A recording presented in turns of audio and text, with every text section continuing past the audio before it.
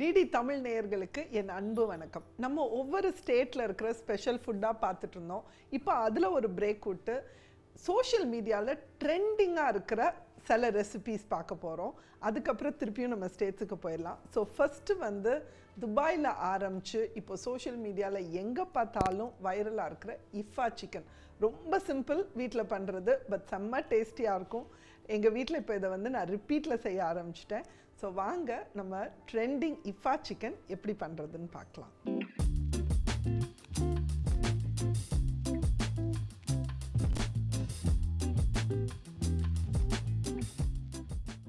So இந்த இஃபா chicken பண்ணுறதுக்கு தேவையான பொருட்களை வந்து நம்ம ரெண்டு பாகமாக பிரிக்கலாம். ஃபஸ்ட்டு பாகம் வந்து அந்த இஃபா சிக்கனை மேரினேட் பண்ணுறதுக்கு. ஸோ இதுக்கு நான் வந்து போன்லெஸ் சிக்கன் 1/2 கிலோ எடுத்திருக்கேன். அதில் மேரினேட் பண்ணுறதுக்கு தேவையான அளவு உப்பு, மஞ்சத்தூள், மல்லித்தூள், காஷ்மீரி மிளகாத்தூள், ஆர்டினரி மிளகாத்தூள், ஜீரா பவுடர், சோம்புத்தூள், கரம் மசாலா தூள், இஞ்சி பூண்டு பேஸ்ட் ப்ளஸ் தயிர். ஸோ இது வச்சு தான் வந்து நம்ம இஃபா சிக்கனை மேரினேட் பண்ண போகிறோம்.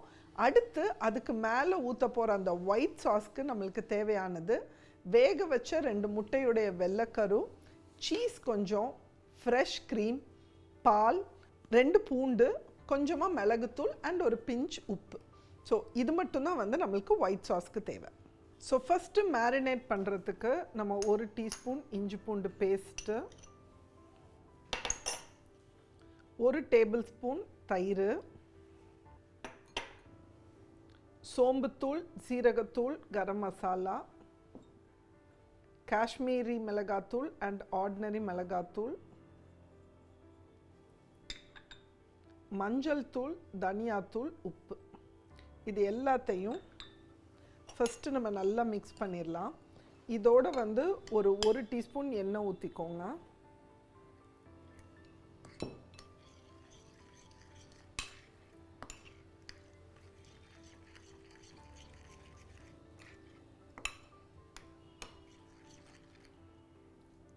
ஸோ இதில் நம்ம கழுவி வச்சிருக்கிற அந்த சிக்கன் பீசஸ்,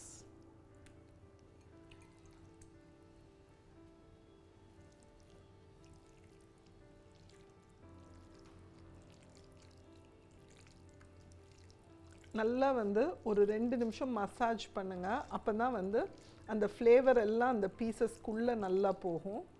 இதை நல்லா மிக்ஸ் பண்ணிவிட்டு நம்ம ஒரு 15 to 20 மினிட்ஸ் வந்து அது அப்படியே அந்த மசாலாவில் மேரினேட் பண்ண விட்டுலாம்.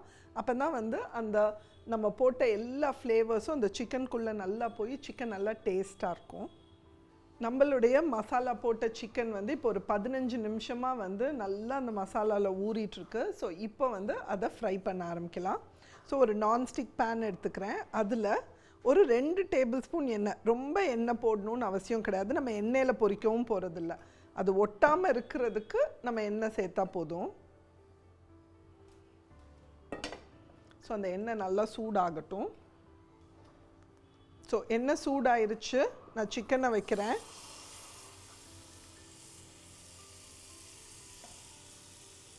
அவ்வளோ சிக்கனே ஒன்றா போடாதீங்க, ஏன்னா நம்மளுக்கு தனித்தனியாக அப்போ தான் நல்லா பொரிஞ்சு வரும்.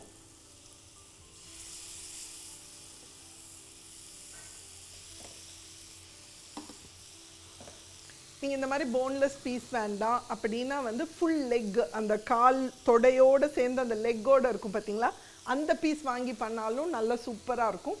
பட் இதுக்கு வந்து நெஞ்சு பகுதியை விட இந்த தொடை பகுதியுடைய சிக்கன் தான் வந்து நல்லா சாஃப்டாக வரும். ஸோ ப்ரிஃபரபிளி நீங்கள் ஐதர் இந்த மாதிரி போன்லெஸ் கால் பகுதி இல்லைன்னா அப்படியே ஃபுல் தொடை வாங்கி பண்ணாலும் இந்த டிஷ் சூப்பராக இருக்கும். நம்ம சிக்கன் வேகிறதுக்கு எப்படினாலும் ஒரு 15 மினிட்ஸ் ஆக போகுது. ஸோ அந்த டைமில் நம்ம ஒயிட் சாஸை ரெடி பண்ணிடலாம். ஸோ இதுக்கு வேக வச்ச 2 முட்டை வச்சுருக்கேன். ஸோ இந்த முட்டையுடைய வெள்ளைக்கரு மட்டும் நம்ம பிச்சு ஆட் பண்ணிக்கலாம்.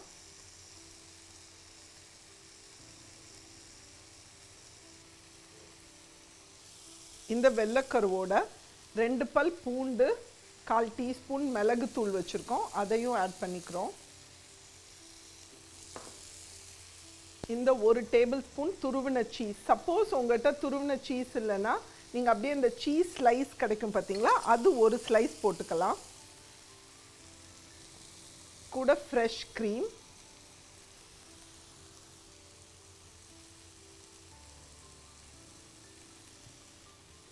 ப்ளஸ் இது நல்லா ஸ்மூத்தாக அரைப்பிடுறதுக்கு ஒரு டேபிள் ஸ்பூன் பால் ஃபஸ்ட் ஆட் பண்ணிக்கோங்க. ஒரு பிஞ்ச் உப்பு. ஸோ நம்ம சிக்கன் ஒரு பக்கம் வெந்த ஸ்மெல் கிடைக்கும். ஸோ திருப்பி போட்டுடலாம். நீங்கள் சிக்கனை இந்த மாதிரி நான்ஸ்டிக் பேனில் போடும்போது எப்போதுமே வந்து நீங்கள் ஓவர் க்ரௌட் பண்ணாதீங்க. ஓவர் க்ரௌட் பண்ணிங்கன்னா என்ன ஆகும்னா அந்த சிக்கனில் இருக்கிற தண்ணி எல்லாம் வர்றப்போ அந்த தண்ணி வத்துற வரைக்கும் நீங்கள் குக் பண்ணால் ஓவர் குக் ஆயிரும். ப்ளஸ் அந்த ஒரு கிறிஸ்ப்னஸ் வராமல் சொதன்னு ஆயிரும். ஸோ இந்த மாதிரி பண்ணும்போது கொஞ்சம் கேப் இருக்கிற மாதிரி வச்சு நீங்கள் குக் பண்ணாதான் உங்களுக்கு நல்ல கன்சிஸ்டன்சியில் அந்த சிக்கன் கிடைக்கும்.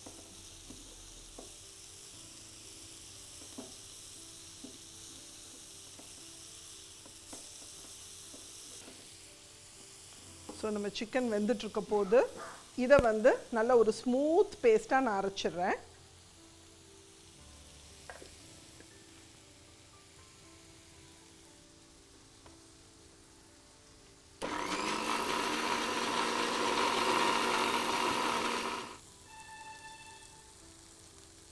ஸோ பாருங்கள், நம்மளுடைய க்ரீமி ஒயிட் சாஸ் ரெடி ஆயிடுச்சு.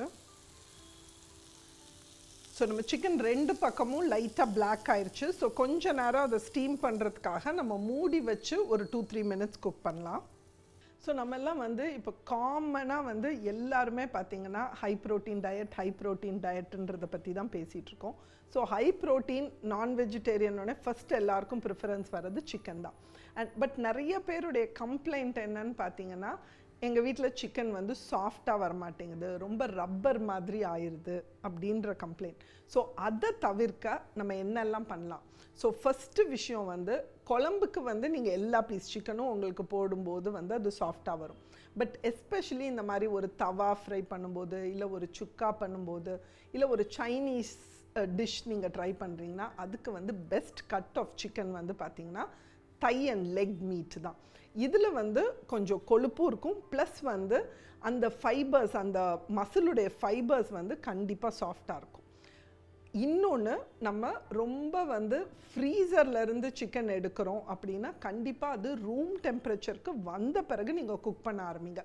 எப்படியும் நம்ம குக் பண்ண தானே போகிறோம் அப்படின்னு சொல்லிட்டு நீங்கள் தாப் பண்ணாமல், அதாவது ரூம் டெம்பரேச்சருக்கு வர்றதுக்கு முன்னாடி அதை அப்படியே வந்து சூடாக வந்து ஒரு கிரேவிலையோ ஒரு ட்ரை இதுலேயோ போட்டிங்கன்னா உங்கள் சிக்கன் வந்து கண்டிப்பாக வந்து நாராக வந்து ரப்பராக தான் வரும். அடுத்த விஷயம் வந்து நான் ஏற்கனவே சொன்ன மாதிரி thigh and leg meat. But இந்த மீட்டையும் சாஃப்ட் ஆக்கிறதுக்கு நீங்கள் என்ன பண்ணலான்னா, there are a couple of ways. ஒரு வே வந்து என்னென்னா, ஃபஸ்ட்டு அதை வந்து பிரைனிங்னு சொல்லுவோம். ஸோ இப்போ நீங்கள் வந்து சப்போஸ் ஒரு ட்ரை ஃப்ரைட் சிக்கன், இந்த பாப்கார்ன் சிக்கன் மாதிரி, இல்லை வந்து அந்த கிறிஸ்பி சிக்கன் நிறைய ஹோட்டல்ஸில் கிடைக்கிது பார்த்தீங்களா, அந்த மாதிரிலாம் பண்ண போகிறீங்க பெரிய பீஸ்னால், அதை நீங்கள் என்ன பண்ணலான்னா, ஐதர் வந்து மோரில் இல்லைனா வந்து ஜஸ்ட் வாட்டர் அண்ட் சால்ட், அதை வந்து பிரைனிங்னு சொல்லுவோம். அந்த வாட்டரில் வந்து நீங்கள் அப்படியே அதில் மூழ்க வச்சு நீங்கள் வந்து ஃப்ரிட்ஜுக்குள்ளே வச்சுருங்க. வெளியில் வச்சிடாதீங்க, ஃப்ரிட்ஜுக்குள்ளே வச்சுருங்க. ஸோ அப்போ வந்து அந்த வாட்டரில் இருக்கிற சால்ட்டையும் அந்த வாட்டரையும் அந்த சிக்கன் வந்து அப்சார்ப் பண்ணி உங்கள் மீட் வந்து நல்ல மாய்ஸ்டாக சாஃப்டாக வரும். அது ஒரு விஷயம். இன்னொன்று, எனக்கு அவ்வளோ நேரம் ஓவர் நைட் மேரினேட் பண்ணையோ, இல்லை இந்த பிரைன் பண்ணவோ, இல்லை மோரில் போட்டு வைக்கவோ எனக்கு டைம் இல்லை, எனக்கு ஒரு 1/2 an hour தான் டைம் இருக்குது அப்படின்னா கண்டிப்பாக வந்து நீங்கள் மேரினேட் பண்ணும்போது அதில் ஏதாவது ஒரு ஆசிட் இருக்கணும். ஸோ அது லெமன் ஜூஸாக இருக்கலாம், வினிகராக இருக்கலாம், இல்லைன்னா தயிராக இருக்கலாம். ஸோ வெறும் தயிர், இஞ்சி பூண்டு பேஸ்ட், இல்லைனா வந்து வினிகர், இல்லைனா லைம் ஜூஸ், இதில் போட்டு ஒரு 15 minutes ஃபஸ்ட்டு வந்து உங்கள் சிக்கனை வச்சு எடுத்துட்டிங்கன்னா சிக்கனில் ஒரு கவிச்ச ஸ்மெல்லும் இல்லாமல் வரும், ப்ளஸ் சிக்கனும் வந்து உங்களுக்கு மாய்ஸ்டாக நல்லா சாஃப்டாக வரும். ஸோ இதை ஃபாலோ பண்ணிங்கன்னா கண்டிப்பாக உங்கள் வீட்டில் ஒரு ட்ரை சிக்கன் டிஷ் பண்ணும்போது அடுத்த தடவை வந்து ஏன் சிக்கன் இப்படி நாராக இருக்குது, ஹார்டாக இருக்குன்னு யாருமே கம்ப்ளைண்ட் பண்ண மாட்டாங்க.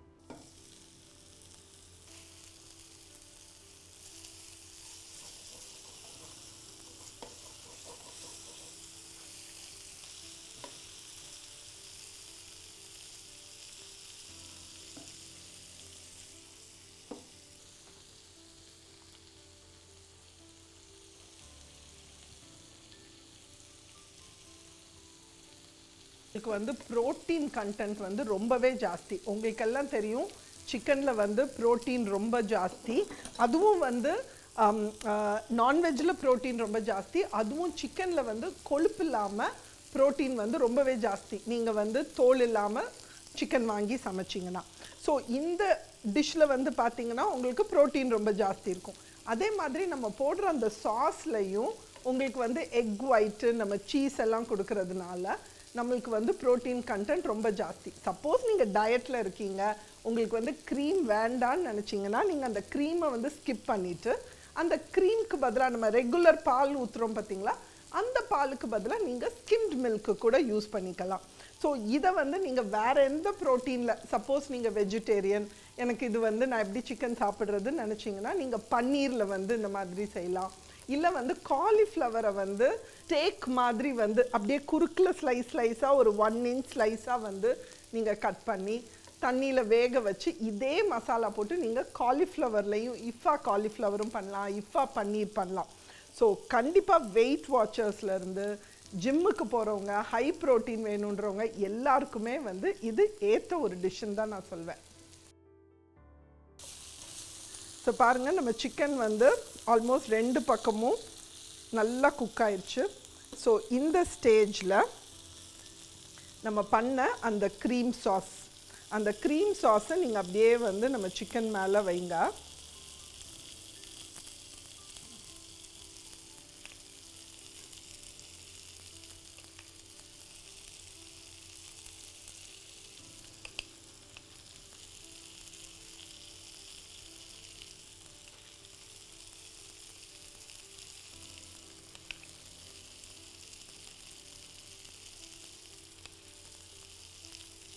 ஸோ சிக்கன் மேலே வச்சுட்டு இதை வந்து கவர் பண்ணி லோ ஃப்ளேமில் ஒரு 2 minutes குக் பண்ணுங்கள். அப்போ வந்து அந்த ஒயிட் சாஸில் இருக்கிற அந்த ஃப்ளேவர், அந்த பூண்டினுடைய ஃப்ளேவர், அந்த சீஸ்னுடைய உமாமி ஃப்ளேவர் எல்லாமே வந்து அந்த சிக்கனுக்குள்ளே நல்லா இறங்கும்.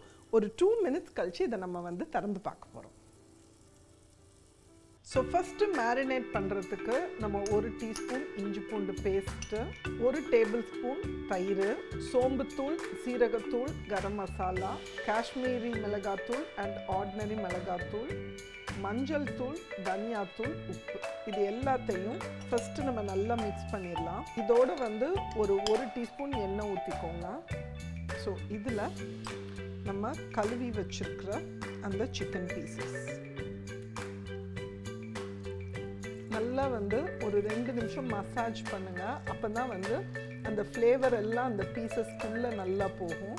ஸோ ஒரு நான்ஸ்டிக் பேன் எடுத்துக்கிறேன். அதில் ஒரு 2 டேபிள்ஸ்பூன் எண்ணெய் நான் சிக்கனை வைக்கிறேன். அவ்வளோ சிக்கனே ஒன்றா போடாதீங்க, ஏன்னா நம்மளுக்கு தனித்தனியாக அப்போ தான் நல்லா பொரிஞ்சு வரும். நம்ம ஒயிட் சாஸை ரெடி பண்ணிடலாம். ஸோ இந்த முட்டையுடைய வெள்ளைக்கரு மட்டும் நம்ம பிச்சு ஆட் பண்ணிக்கலாம். இந்த வெள்ளைக்கருவோட 2 பல் பூண்டு, 1/4 டீஸ்பூன் மிளகுத்தூள் வச்சுருக்கோம், அதையும் ஆட் பண்ணிக்கிறோம். இந்த 1 டேபிள்ஸ்பூன் துருவின சீஸ் கூட ஃப்ரெஷ் க்ரீம், ஒரு டேபிள் ஸ்பூன் பால் ஃபஸ்ட்டு ஆட் பண்ணிக்கோங்க. ஸோ நம்ம சிக்கன் ஒரு பக்கம் வெந்த ஸ்மெல் கிடைக்கு. ஸோ திருப்பி போட்டுடலாம். ஸோ நம்ம சிக்கன் வெந்துட்டுருக்க போது இதை வந்து நல்ல ஒரு ஸ்மூத் பேஸ்ட்டாக நான் அரைச்சிடுறேன். ஸோ பாருங்கள், நம்மளுடைய க்ரீமி ஒயிட் சாஸ் ரெடி ஆயிடுச்சு. நம்ம பண்ண அந்த க்ரீம் சாஸ், அந்த க்ரீம் சாஸை நீங்கள் அப்படியே வந்து நம்ம சிக்கன் மேலே வைங்க. ஒரு 2 minutes கழித்து இதை நம்ம வந்து திறந்து பார்க்க போகிறோம். ஸோ ஒரு 2 நிமிஷம் ஆயிடுச்சு. ஸோ நம்ம சிக்கனை வந்து நம்ம ஸ்விட்ச் ஆஃப் பண்ணிடலாம். ஸோ இஃபா சிக்கன் ரெடி ஆயிடுச்சு. இதை வந்து நம்ம அழகாக ஒரு பிளேட்டில் எடுத்து பிளேட் பண்ணிடலாம்.